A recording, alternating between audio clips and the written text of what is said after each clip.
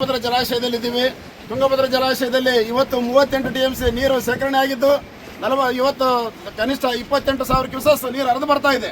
ಅದೇ ರೀತಿಯಾಗಿ ಇವತ್ತಿನ ದಿನ ತುಂಗಾ ಜಲಾಶಯದಲ್ಲಿ ಅತ್ಯಧಿಕ ಮಳೆ ಇವತ್ತು 37,000 ಕ್ಯೂಸೆಸ್ ಇವತ್ತಿನ ತುಂಗಾ ಜಲಾಶಯದಿಂದ ಬಿಟ್ಟಿದ್ದಾರೆ. ಈಗ ಇನ್ನೂ ಹೆಚ್ಚು ಆಗ್ತಾ ಐತೆ, 42,000 ಕ್ಯೂಸೆಸ್ ವರೆಗೆ ಕೂಡ ಆಗ್ತಾ ಐತೆ. ಅಂದ್ರೆ ಇದೊಂದು ಸಂತೋಷದ ವಿಚಾರದಲ್ಲಿ ಈಗಾಗಲೇ ನಾವು ವಾರದಿಂದ ಮಾನ್ಯ ಜಿಲ್ಲಾಧಿಕಾರಿಗಳು ಬಳ್ಳಾರಿ ಅವ್ರನ್ನ ಕೇಳ್ತಾ ಇದ್ವಿ. HLC ಕಾಲೇಜಿಗೆ ಕುಡಿಯೋ ನೀರು ಬಿಡಬೇಕಂತ ಹೇಳಿ ವಿನಂತಿ ಮಾಡ್ತಾ ಇದ್ವಿ.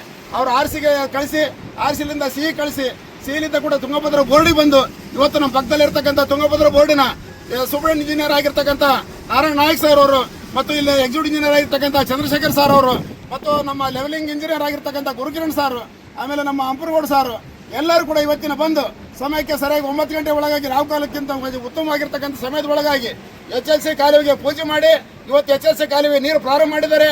ಇವತ್ತು ನಮ್ಮ ಕರ್ನಾಟಕ ಕೋಟವನ್ನು ಪ್ರಾರಂಭ ಮಾಡಿದ್ದಾರೆ. ಸೋಮವಾರದಿಂದ ಆಂಧ್ರ ಕೋಟವನ್ನು ಜಂಟಿಯಾಗಿ ಇದು ಕೇವಲ ಕುಡಿಯೋ ನೀರು ಮತ್ತೆ ಎಲ್ಲ ಬೆಳೆಗಳು ಅನ್ಕೊಂಡ್ರೆ ರೈತರು ಕುಡಿಯೋ ನೀರನ್ನ ನಾವೆಲ್ಲರೂ ಕೂಡ ಸದುಪಯೋಗ ಪಡಿಸಿಕೊಳ್ಳೋಣ ಅಂತಕ್ಕಂಥ ಮಾತನ್ನು ಹೇಳ್ತಾ ಎಲ್ಲರೂ ಕೆರೆ ತುಂಬಿಸೋದಕ್ಕೆ ನಮ್ಮ ತುಂಗಭದ್ರಾ ಬೋರ್ಡ್ ಎಲ್ಲರಿಗೂ ನಮಗೆ ಸಹಕಾರ ನೀಡಿದ್ದಾರೆ. ಆ ಸಹಕಾರ ಎಲ್ಲರೂ ಕೂಡ ಸದುಪಯೋಗ ಮಾಡಿಸ್ಕೊಂಡು ಹೋಗಂಡ್ರೆ ಬೇಗ ತುಂಗಭದ್ರಾ ತಾಯಿ ತುಂಬಲಿ, ನಮ್ಮೆಲ್ಲ ಬೆಳೆಗಳಿಗೆ ನೀರು ಬರಲಿ ಅಂತಕ್ಕಂಥ ತಾಯಿಗೆ ಎಲ್ಲರೂ ಕೂಡ ವಿನಂತಿ ಸರ್.